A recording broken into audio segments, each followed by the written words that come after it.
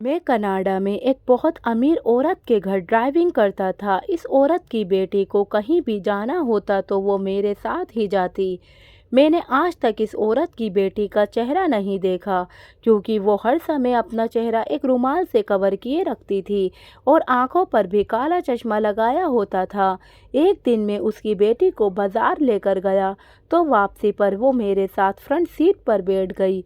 मैंने कुछ घबराहट सी होने लगी, क्योंकि ऐसा आज पहली बार हुआ था, वरना आज से पहले वो हमेशा पीछे वाली सीट पर ही बैठती थी। हैरत का झटका तो मुझे तब लगा जब उस लड़की ने चलती गाड़ी में मेरे हाथ पर अपना हाथ रख दिया। डर की वजह से मेरा पूरा शरीर कांपने लगा, क्योंकि पहली बार मेरे साथ ऐसा कुछ हुआ था। उसकी इस हरकत से मुझे पसीने आने लगे। आज वो लड़की मुझे किसी और ही नज़र से देख रही थी। उसके देखने से मुझे खुद को शर्म महसूस हो रही थी। मैंने गाड़ी की स्पीड तेज़ कर दी और जल्दी से घर पहुंच गया। मैं अपने कमरे में बैठकर उस लड़की की आज की हरकत के बारे में सोच रहा था कि उस औरत ने मुझे अपने कमरे में बुला लिया, और जो बात उसने मुझसे कही वो सुनकर तो मेरे होश ही उड़ गए। वो मुझसे कहने लगी कि तुम मेरी बेटी से शादी कर लो, इसके बदले में मैं तुम्हें बहुत ज़्यादा दौलत दूंगी, और अगर तुमने मेरी बात नहीं मानी तो मैं तुम पर झूठा इल्ज़ाम लगाकर तुम्हें पुलिस के हवाले कर दूंगी। मैं उसकी लड़की से शादी नहीं करना चाहता था, क्योंकि मैं हिंदुस्तान में किसी और लड़की को पसंद करता था, लेकिन अपनी गरीबी और इस औरत की धमकी से डरकर मैंने उसकी बेटी से शादी करने के लिए हाँ कर दी। उसने मुझसे ये भी कहा, अगर तुम चाहो तो 2-3 महीने बाद मेरी बेटी को डिवोर्स दे देना। बस यही सोचकर मैंने शादी कर ली, मगर शादी की रात उस लड़की ने मेरी हालत ही ख़राब कर दी। मेरी तो आत्मा ही कांप गई जब उस लड़की ने मुझे कनाडा आए हुए 1 महीना होने वाला था, लेकिन अभी तक मुझे यहाँ कोई अच्छी नौकरी नहीं मिल रही थी। मेरे यहाँ आने का किस्सा भी अजीब ही था। अगर मैं किसी को बताता तो वो मेरी बात पर यकीन ही नहीं करता। मैं तो सपने में भी नहीं सोच सकता था कि मुझे यहाँ आने का मौका मिलेगा। मैं अपने घर की गरीबी की वजह से बहुत ज़्यादा परेशान था, क्योंकि मेरे घर पर मेरी जवान बहनें बिन ब्याही बैठी थीं और उनकी शादी की उम्र निकलती ही जा रही थी। उनकी शादी सिर्फ इस वजह से नहीं हो पा रही थी क्योंकि हमारे पास दहेज का इंतज़ाम नहीं था। एक दिन मैं सड़क पर परेशान बैठा था कि एक आदमी बड़ी सी गाड़ी में मेरे पास आया और कहने लगा, तुम मुझे परेशान लग रहे हो, अगर तुम चाहो तो मैं तुम्हारी मदद कर सकता हूँ। मैंने कहा, तुम जाओ यहाँ से, मैं इस समय बहुत ज़्यादा परेशान हूँ, मेरा दिमाग ख़राब मत करो। वो कहने लगा कि मैं तो तुम्हें नौकरी देने आया था, अगर तुम मेरी बात नहीं सुनना चाहते तो ठीक है, तुम्हारी मर्ज़ी, मैं यहाँ से चला जाता हूँ। मैंने कुछ सोचकर उससे कहा कि ठीक है, रुक जाओ, मुझे पूरी बात बताओ। लेकिन मैं अंदर ही अंदर डर भी रहा था कि कहीं ये आदमी कोई फ्रॉड तो नहीं है। लेकिन वो आदमी कहने लगा कि फ़िक्र मत करो, अगर अपने हालात बदलना चाहते हो तो मेरे साथ चलो, मैं तुम्हें विदेश भिजवा दूंगा, तुम वहाँ मेहनत करके अपने हालात बदल सकते हो। मैं विदेश जाने के बारे में सुनकर फ़ौरन खड़ा हो गया। मैंने सोचा कि एक बार इस आदमी की पूरी बात सुन लेता हूँ, क्या पता उसे भगवान ने मेरी मदद के लिए भेजा हो। लेकिन वो आदमी मेरी मदद क्यों करना चाहता था, इसलिए मैंने उससे पूछ ही लिया कि ना तो मैं तुम्हें जानता हूँ और ना ही तुम मुझे जानते हो, फिर तुम क्यों मेरी मदद करना चाहते हो। तो वो कहने लगा, मैं ऐसे ही रोज़ किसी गरीब की मदद कर दिया करता हूँ, भगवान ने मुझे बहुत कुछ दिया है। लेकिन मुझे उस आदमी की बात पर विश्वास नहीं हो रहा था, मुझे उस पर कुछ शक हो रहा था, लेकिन मेरे पास कोई और चारा भी तो नहीं था। कुछ दिनों पहले ही अपनी बेवकूफ़ी की वजह से मैं एक नौकरी गंवा बैठा था। मैंने भगवान का नाम लिया और इस आदमी के साथ चला गया। वो मुझे अपने साथ लेकर एक बड़े से बंगले में आ गया, मुझे एक बड़े से कमरे में बैठाकर खुद चला गया। कुछ देर बाद वो जब वापस आया तो उसके हाथ में कुछ पैसे थे। वो पैसे देकर मुझसे कहने लगा, ये लो, तुम इससे अपना पासपोर्ट बनवा लो, कुछ दिनों बाद तुम्हें टिकट भी मिल जाएगी। मुझे तो यकीन नहीं आ रहा था कि किस्मत मुझ पर ऐसे मेहरबान भी हो सकती है।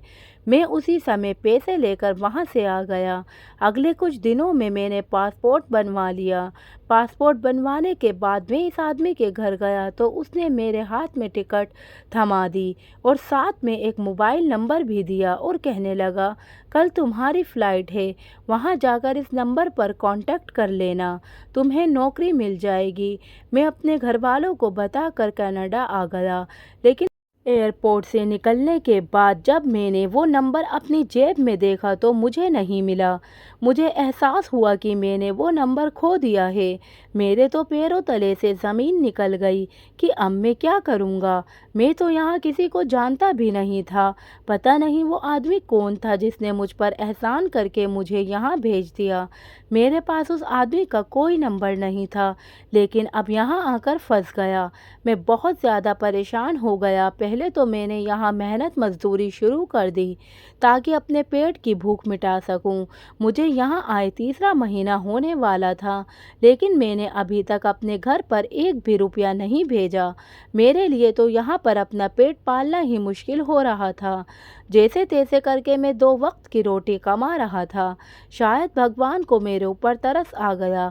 मेरी किस्मत अच्छी थी कि एक अमीर आदमी मुझे अपने घर ले गया और माली की नौकरी दे दी। अब मुझे वहाँ से तनख्वाह भी अच्छी मिलने लगी। वहाँ माली की एक रिश्तेदार औरत थी।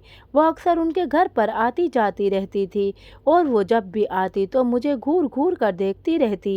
मैं उनकी ये बात नोटिस करता था। एक दिन मेरे मालिक ने मुझे इस रिश्तेदार औरत के घर भेज दिया। कहने लगे कि आज से तुम वहीं पर काम करोगे और उनके घर पर ड्राइविंग करोगे। वो औरत मुझ पर बहुत मेहरबान थी। मेरी तनख्वाह भी बहुत अच्छी थी। इस औरत ने मुझे रहने के लिए कमरा भी बहुत अच्छा दिया, लेकिन यहाँ की बाकी नौकर सर्वेंट क्वार्टर में रहते थे। सिर्फ मुझे ही अलग कमरा दिया था। इस औरत की एक जवान बेटी थी। जब भी वो कहीं जाती तो मुझे अपने साथ लेकर जाती, मगर मैंने आज तक उसकी शक्ल नहीं देखी। वो खुद को एक चादर से ढक कर रखती थी। उसका चेहरा भी एक रुमाल से ढका हुआ होता। अभी कुछ दिन ही गुजरे थे, मुझे इस औरत की बेटी की हरकतें अजीब सी लगने लगीं।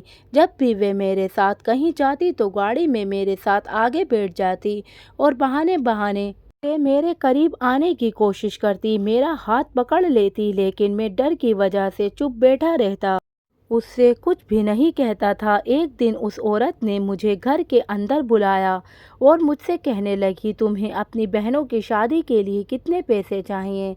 मैंने उनसे कहा कि मुझे तो लाखों रुपये चाहिए। मुझे उनके दहेज का सामान लाना है क्योंकि मेरी 3 जवान बहनें हैं और मुझे तीनों की शादी करनी है। और आजकल का माहौल तो आप जानती हैं, लड़के वालों की तो डिमांड ही पूरी नहीं होती। वो कहने लगी, तुम जितने पैसे मुझसे मांगोगे मैं तुम्हें दे दूंगी, जिससे तुम अपनी बहनों की शादी बहुत धूमधाम से कर सकोगे। लेकिन मेरी एक शर्त है और वो ये है कि तुम्हें मेरी बेटी से शादी करनी होगी। उनकी यह शर्त सुनकर तो मेरे पैरों तले से ज़मीन निकल गई, क्योंकि मैंने कभी भी ऐसा नहीं सोचा था। बल्कि मुझे तो उनकी बेटी ठीक नहीं लगती थी और मैं वैसे भी अपने देश में ही शादी करना चाहता था, क्योंकि मुझे वहाँ एक लड़की पसंद थी। फिर जब मैंने उस औरत से शादी के लिए मना कर दिया तो उस औरत ने मुझे धमकी दे डाली। वो कहने लगी कि अगर तुमने मेरी बात नहीं मानी तो पर झूठा इल्ज़ाम लगाकर तुम्हें जेल भिजवा दूंगी।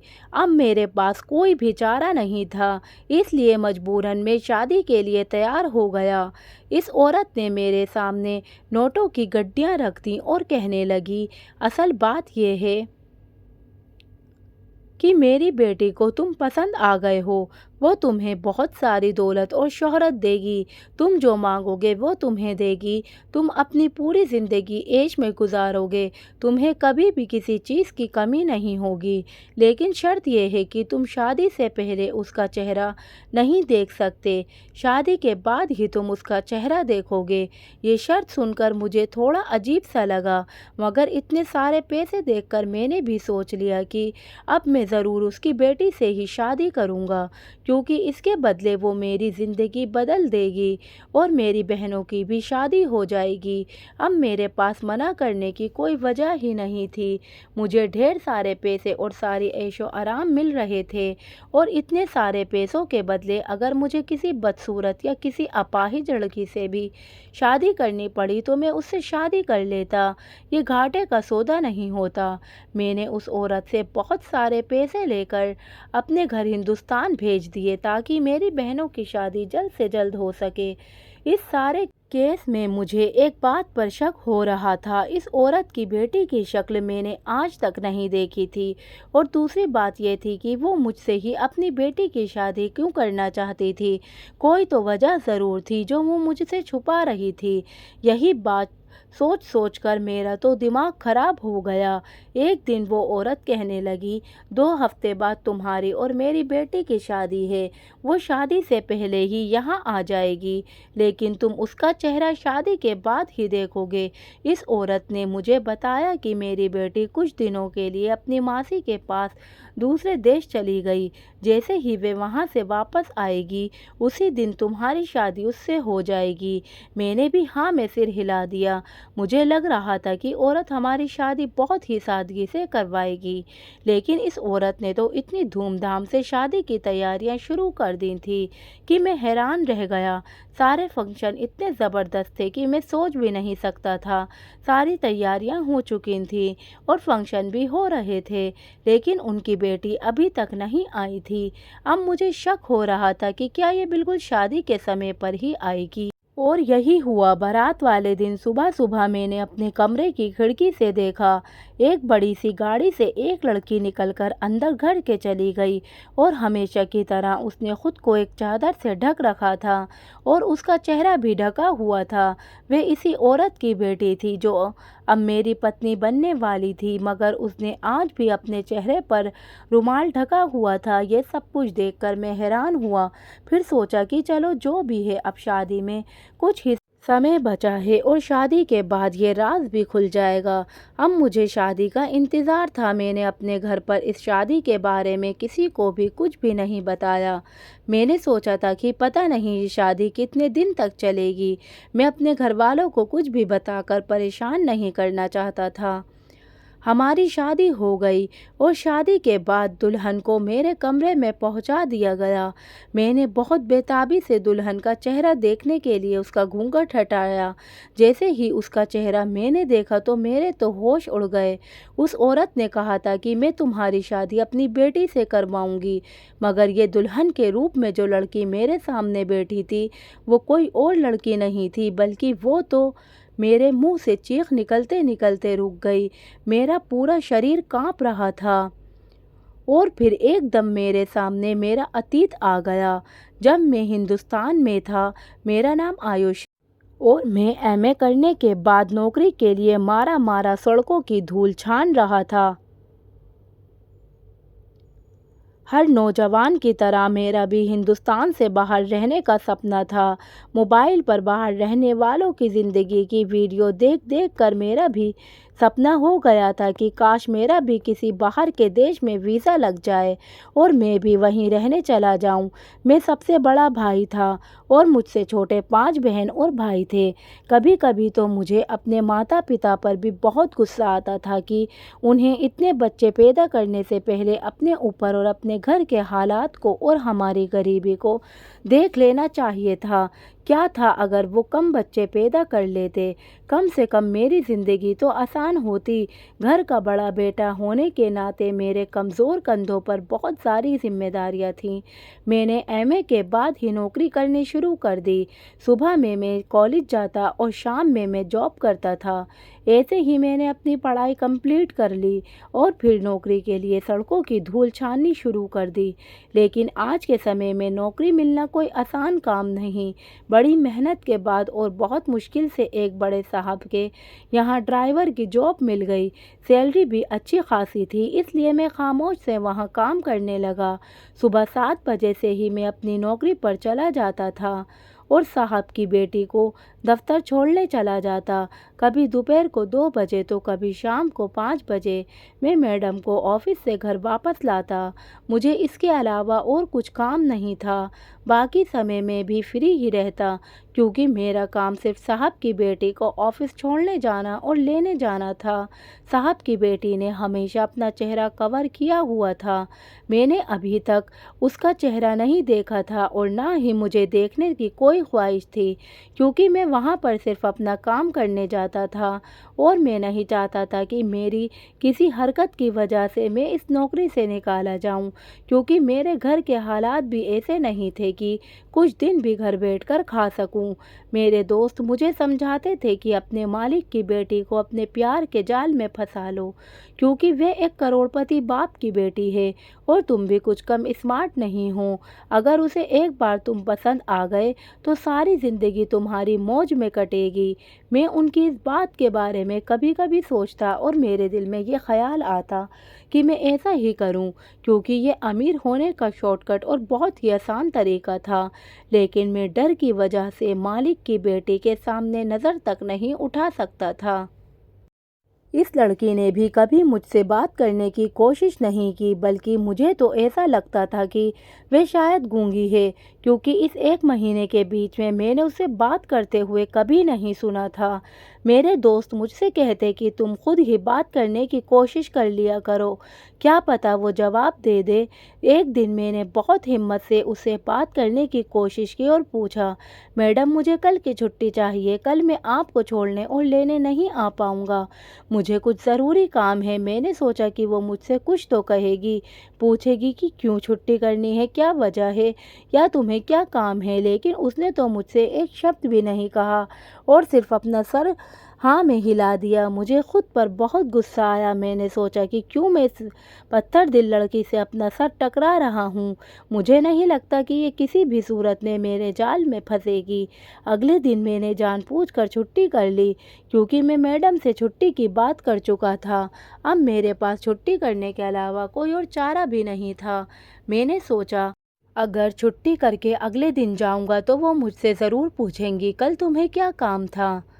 लेकिन उसके पूछने से पहले ही उसके पिता ने मुझसे पूछ लिया कि कल तुम कहाँ गायब थे, आए क्यों नहीं थे। मैंने कहा, साहब जी आप कल घर पर नहीं थे।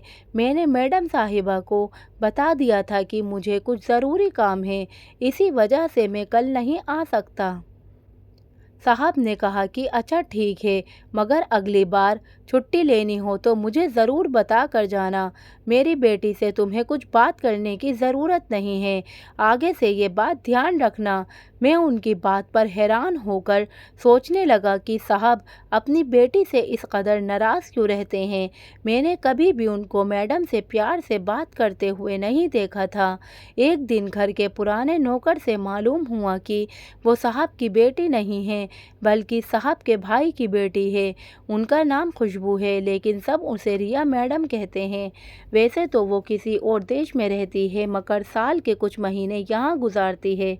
साहब को उनके काम से बहुत ज़्यादा नफ़रत है, मगर वो उससे कुछ कहते नहीं हैं। मैंने आज तक ध्यान से नहीं देखा कि वो कहाँ जाती हैं और क्या काम करती हैं। मैं सिर्फ उसे उतार कर वापस गाड़ी लेकर आ जाता था। अगले दिन मैंने जिस ऑफिस के सामने उसे छोड़ा था, मैंने वहाँ का बोर्ड पढ़ा तो उसे पढ़कर मेरे पैरों तले ज़मीन निकल गई। वो तो कोई सेंटर था जो किन्नरों की देखभाल के लिए बनाया गया था। वो लड़की उसी सेंटर के अंदर चली गई। मैंने गाड़ी कुछ दूर के फासले पर खड़ी कर दी।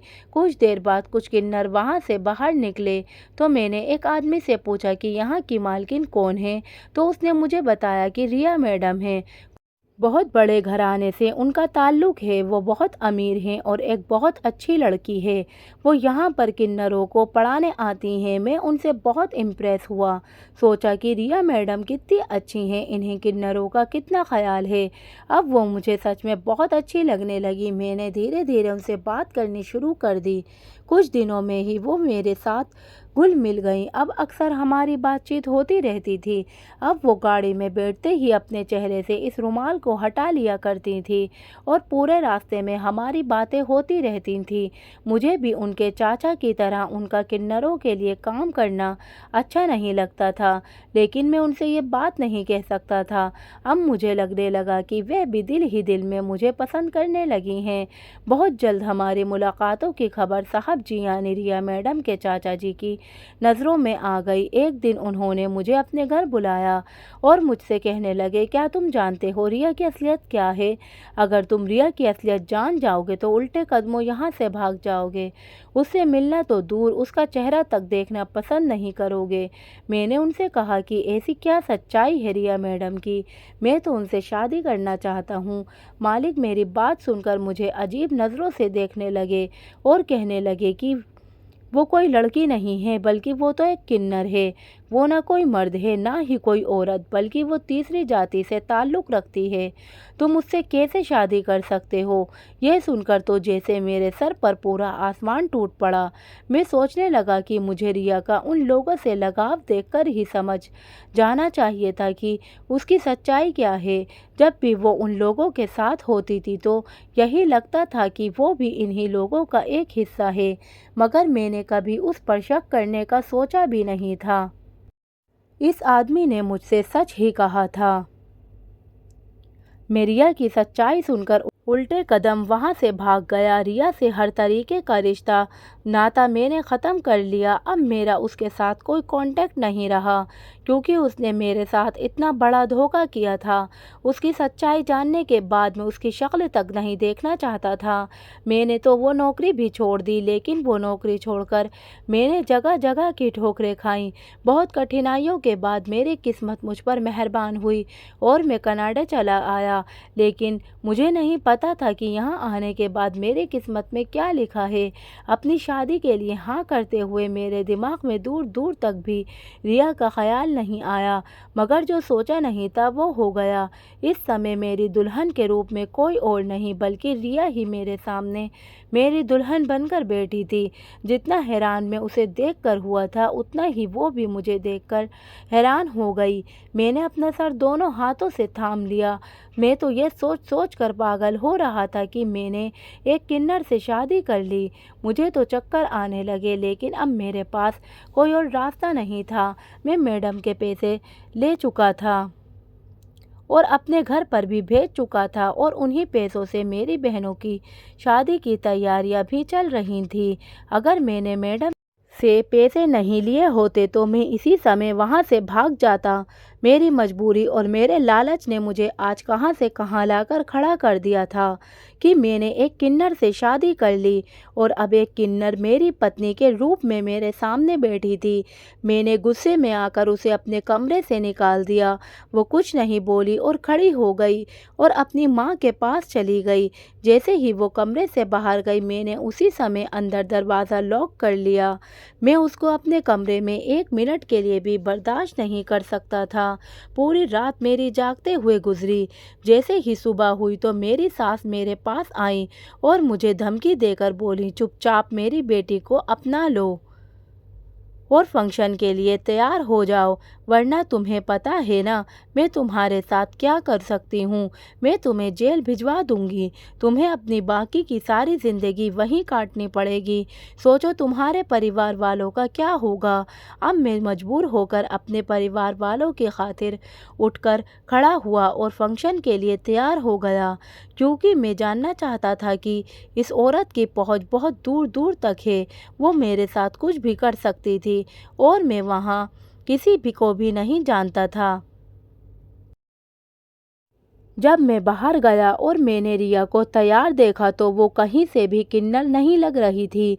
उसे देखकर कोई भी नहीं कह सकता था कि वो लड़की नहीं बल्कि एक किन्नर है।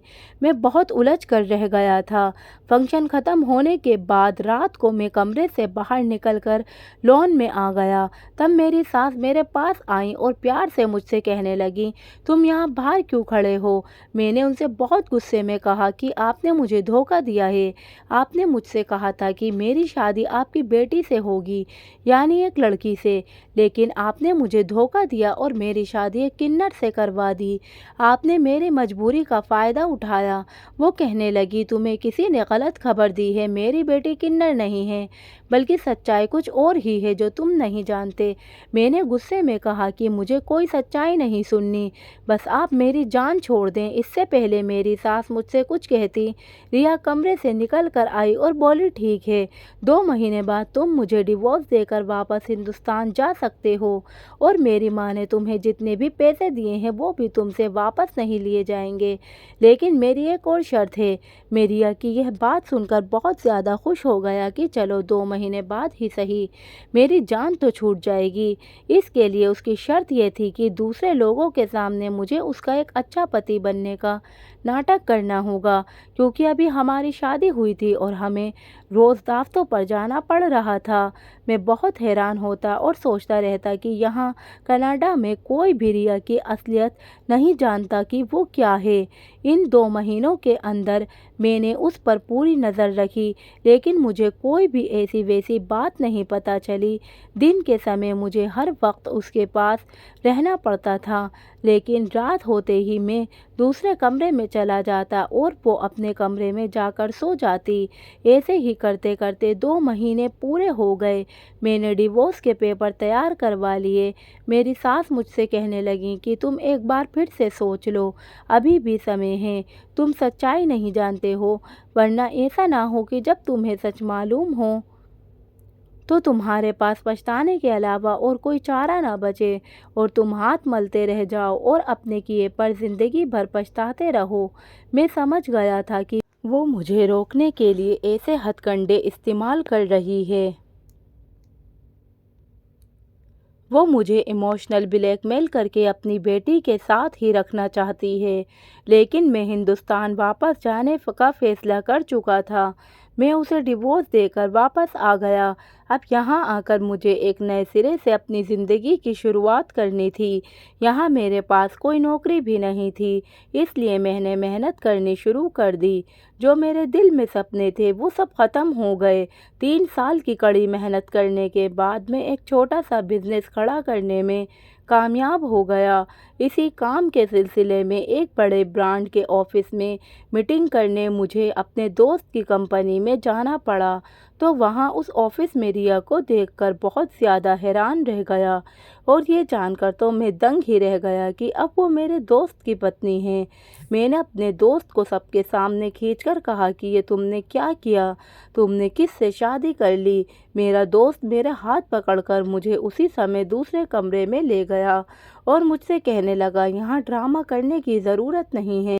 मैंने कहा, क्या तुम जानते हो कि तुमने किससे शादी की है? वो कहने लगा, हाँ मैं जानता हूँ और मैं वो सब भी जानता हूँ जो तुम नहीं जानते। मैं कहने लगा कि तुम पागल हो गए हो। मेरे दोस्त ने मुझसे कहा कि मैं कोई पागल नहीं हूँ, बल्कि मैं रिया की पूरी सच्चाई जानता हूँ। रिया एक किन्नर नहीं है, बल्कि वो एक बहुत अच्छी लड़की है। जब वो पैदा हुई थी तो डॉक्टर को ऐसा लगा था कि वो किन्नर है, मगर 15 साल की उम्र में कुछ बीमारी के रहते हुए उसका एक ऑपरेशन हुआ, तब वो एक लड़की बन गई। लेकिन उसके ख़ानदान वालों ने इस बात पर यकीन नहीं किया और रिया की पड़ोसियों और ख़ानदान वालों ने कहना शुरू कर दिया कि वो एक किन्नर है। लोगों की बातों से तंग आकर रिया के माता पिता उसे कनाडा लेकर शिफ्ट हो गए। अपनी पढ़ाई कंप्लीट करने के बाद रिया ने किन्नरों के लिए कुछ करने का सोचा, क्योंकि उस पर सिर्फ किन्नर होने का इल्ज़ाम ही लगा था। वो किन्नर नहीं थी। फिर भी लोग और उसके अपने ख़ानदान वालों ने ही उसकी ज़िंदगी जहन्नुम बना दी थी। उसके अपने ही उसे ताना देते थे। अब वो सोचने लगी थी कि जो लोग सच में मुझ जैसे यानी किन्नर हैं, तो उन लोगों के लिए जीना कितना मुश्किल होता होगा। इसलिए वो साल के कुछ महीने हिंदुस्तान में रहने के लिए आती थी और उसने एक सेंटर खोल लिया था। उसके इस काम की वजह से उसके रिश्तेदारों का शक और ज़्यादा बढ़ गया कि वो लड़की नहीं बल्कि एक एक किन्नर ही है। इसी बीच रिया की मुलाकात तुमसे हुई, तुम उसे अच्छे लगने लगे और वो बहुत जल्द ही तुमसे मोहब्बत करने लगी। लेकिन तुम भी और लोगों की तरह ही निकले और उसके चाचा की बातों में आकर उसे छोड़कर भाग गए। तुम्हारे जाने के बाद रिया बहुत ज़्यादा बीमार पड़ गई थी। जब उसकी माँ को तुम्हारे बारे में पता चला तो उसने तुम्हें कनाडा बुलवाया। तुम्हारे जाने के सारे इंतज़ाम भी उन्होंने ही किए थे। वो किसी भी हाल में अपनी बेटी का दिल और घर बसाना चाहती थी, इसलिए तुम्हें मजबूर करके और तुम्हें पैसों का लालच देकर तुम्हारी शादी उन्होंने रिया से करवा दी। वो सोच रही थी कि शादी की रात तुम्हारी सारी गलतफहमियां दूर हो जाएंगी और तुम्हें सच्चाई पता चल जाएगी कि रिया किन्नर नहीं बल्कि एक लड़की है। लेकिन तुम तो इतने पत्थर दिल निकले कि तुमने रिया की बात सुनना गवारा नहीं किया और उसे अपने कमरे से निकाल दिया। तुम रिया को नहीं समझ रहे थे जो तुम्हें लोगों ने बताया था। अगर तुम एक बार भी उससे बात कर लेते तो तुम्हें सच्चाई पता चल जाती, मगर तुम उसे डिवोर्स देकर यहाँ वापस आ गए। तुम्हारे जाने के बाद एक बार फिर से ये बहुत ज़्यादा टूट गई थी। उस समय मैंने उसे सहारा दिया और इसकी सारी सच्चाई जानने के बाद मैंने उससे शादी के लिए प्रपोज किया। अब हम वहाँ से हमेशा के लिए हिंदुस्तान आ गए।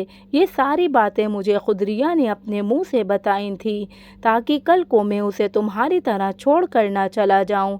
ये सब बातें सुनकर मैं तो ऐसा हो गया जैसे मेरे जिस्म से ही जान ना हो। ये मैंने क्या कर दिया था? मैंने अपने हाथों से ही अपने पैरों पर कुल्हाड़ी मारी थी।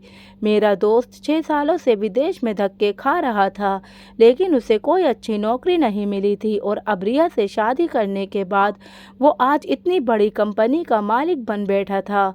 मेरा दोस्त मुझसे कहने लगा कि किस्मत ने बार बार तुम्हारे दरवाजे पर दस्तक दी, मगर तुमने लोगों की बातों में आकर हर बार उसे धुतकार दिया। तुम बहुत बदकिस्मत हो कि रिया जैसी लड़की को तुमने छोड़ दिया। सारी बात पूरी होने के बाद मैं बहुत दुख के साथ इस ऑफिस से बाहर निकल कर आ गया। इन सब ने सारा कसूर मेरा अपना था, सारी गलती मेरे अकेले की ही थी। काश मैं उस समय रिया की बात सुन लेता तो आज रिया मेरी पत्नी होती।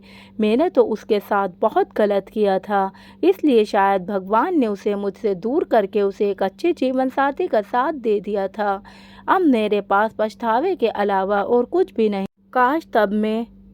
काश सारी ज़िंदगी मेरे साथ ही रहना था, क्योंकि मेरे जैसे बेवकूफ़ की सज़ा यही होती है कि वो काश के सहारे ही अपनी ज़िंदगी गुजार लें। तो इस कहानी के बारे में आपकी क्या राय है? कमेंट बॉक्स में ज़रूर बताएं और दोस्तों हमारे चैनल को सब्सक्राइब ज़रूर करें। धन्यवाद।